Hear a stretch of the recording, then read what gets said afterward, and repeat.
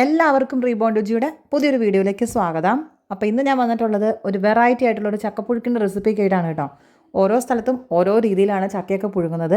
അപ്പോൾ ഞങ്ങളുടെ വീട്ടിലുണ്ടാക്കുന്ന ഒരു അടിപൊളി ഒരു പുഴുക്കിൻ്റെ റെസിപ്പിയാണ് കേട്ടോ. നല്ല ടേസ്റ്റാണ്, നല്ല മണമാണ് കേട്ടോ ഈ ഒരു പുഴുക്കിന്. കറി ഒന്നും വേണ്ട നമുക്കിത് കഴിക്കാൻ വേണ്ടിയിട്ട്. എന്നാൽ കൂടി നല്ല മത്തിക്കറിയോ അല്ലെങ്കിൽ ചിക്കൻ കറിയോ ഒക്കെ കൂട്ടി കഴിക്കാൻ വേണ്ടിയിട്ട് അടിപൊളിയാണ് കേട്ടോ. അപ്പോൾ നിങ്ങൾ ഈ രീതിയിലൊന്ന് ട്രൈ ചെയ്ത് നോക്കിക്കോ. പുതുതായിട്ട് കാണുന്ന ആരെങ്കിലും ഉണ്ടെങ്കിൽ നമ്മളെ ഒന്ന് സപ്പോർട്ട് ചെയ്യാൻ വേണ്ടിയിട്ട് മറക്കരുത് കേട്ടോ. അപ്പോൾ ചക്ക നമ്മളിവിടെ അരിഞ്ഞ് റെഡിയാക്കി വെച്ചിട്ടുണ്ട്. ഇനി നമുക്ക് ഇതിനൊരു അരപ്പ് റെഡിയാക്കണം. അപ്പോൾ അതിന് വേണ്ടിയിട്ട് ഞാനിവിടെ എടുത്തിട്ടുള്ളത് തേങ്ങ എടുത്തിട്ടുണ്ട്, നല്ല കാന്താരിമുളകാണ്, കുറച്ച് ചെറിയ ഉള്ളി, അതേപോലെ വെളുത്തുള്ളി, ജീരകം. അപ്പോൾ ഇത്രയാണ് കേട്ടോ നമുക്ക് വേണ്ടത്. ഇനി കുറച്ച് മഞ്ഞൾപ്പൊടിയും കൂടെ വേണം. അതായത് നമുക്ക് മിക്സിക്കകത്ത് ജാറിനകത്തിട്ട് അരയ്ക്കുന്നില്ലെങ്കിൽ അരച്ച് കഴിഞ്ഞതിന് ശേഷം ചേർത്ത് കൊടുത്താലും മതി. ഇപ്പോൾ ഞാൻ അതെല്ലാം ഇട്ട് കൊടുത്തിട്ടുണ്ട്. ഇനി കുറച്ച് നല്ല നാടൻ കറിവേപ്പിലയും കൂടെ നമ്മൾ ഇതിനകത്തേക്ക് ചേർക്കുന്നുണ്ട് കേട്ടോ. അത് കുറച്ച് അധികം തന്നെ അങ്ങോട്ട് ചേർത്തോ കേട്ടോ. അപ്പോഴാണ് നല്ലൊരു ടേസ്റ്റും ഒക്കെ ഒരു ഫ്ലേവറും ഒക്കെ വരിക. അപ്പോൾ അതും കൂടെ നമുക്ക് ഇതിനകത്തേക്ക് ചേർത്തിട്ട് വെള്ളമൊന്നും ഒഴിക്കാതെ തന്നെ നമുക്കിതൊന്ന് അരച്ചെടുക്കാം. ഇതുപോലെ ആയിരിക്കും കേട്ടോ നമ്മുടെ അരപ്പുണ്ടാവുക. അപ്പോൾ നമ്മളിതിനകത്തേക്ക് വെള്ളമൊന്നും ചേർക്കാതെ തന്നെ നമുക്ക് ഇതുപോലെ ഇങ്ങോട്ട് അരച്ചെടുത്താൽ മതി കേട്ടോ.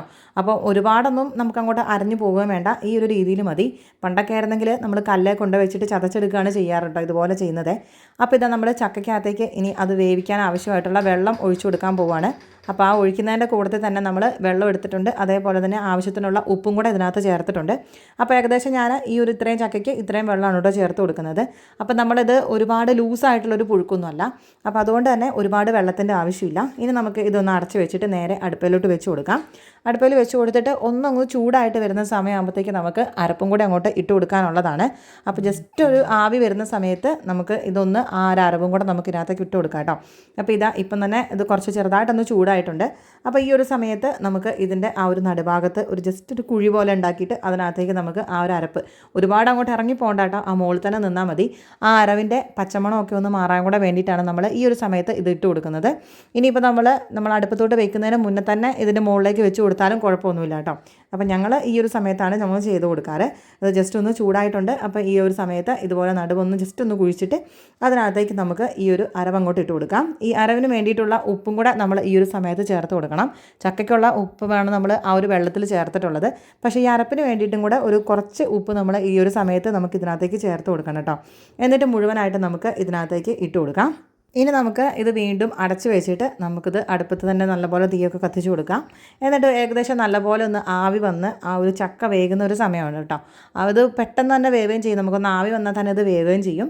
അപ്പോൾ ഈ ഒരു സമയത്ത് നമ്മൾ ഒരു കോല് വെച്ചിട്ട് നമ്മളിത് നോക്കുകയാണ് കേട്ടോ. അതിനകത്ത് അടിയിലെ വെള്ളമൊക്കെ വറ്റിയോ, അരപ്പൊക്കെ ഒന്ന് നല്ലപോലെ ഒന്ന് പച്ചമണമൊക്കെ മാറിയിട്ടുണ്ടോ, ചക്ക നല്ലോണം ഒന്ന് വെന്തിട്ടുണ്ടോ എന്ന് നോക്കുകയാണേ.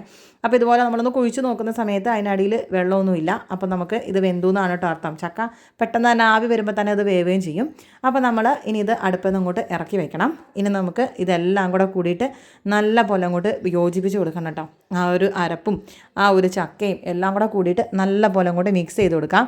ഇപ്പം തന്നെ എന്തൊരു സ്മെല്ലാണെന്നറിയാമോ ഈ ഒരു ചക്കപ്പുഴുക്കിന് വരുന്നത്.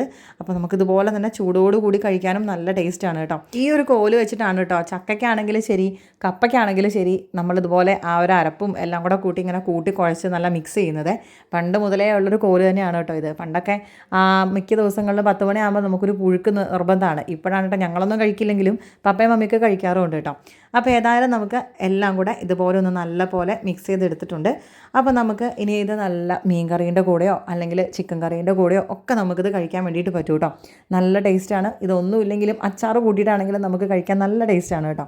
അപ്പോൾ എന്തായാലും നിങ്ങൾ ഈ രീതിയിലൊന്ന് ട്രൈ ചെയ്ത് നോക്കാൻ വേണ്ടിയിട്ട് മറക്കരുത്. അപ്പോൾ ഈ ഒരു റെസിപ്പി നിങ്ങൾക്ക് ഇഷ്ടപ്പെട്ടെങ്കിൽ ഒന്ന് ലൈക്ക് ചെയ്യാനും ഇതിൻ്റെ അഭിപ്രായം പറയാൻ വേണ്ടിയിട്ട് മറക്കരുത് കേട്ടോ. പുതുതായിട്ട് കാണുന്ന ആരെങ്കിലും ഉണ്ടെങ്കിൽ നമ്മുടെ ചാനലൊന്ന് സബ്സ്ക്രൈബ് ചെയ്ത് നമ്മളെ സപ്പോർട്ട് ചെയ്യാൻ വേണ്ടിയിട്ട് മറക്കരുത്. പുതിയൊരു വീഡിയോ ആയിട്ട് നമുക്ക് അടുത്ത് തന്നെ കാണാം. Thanks for watching. ബൈ.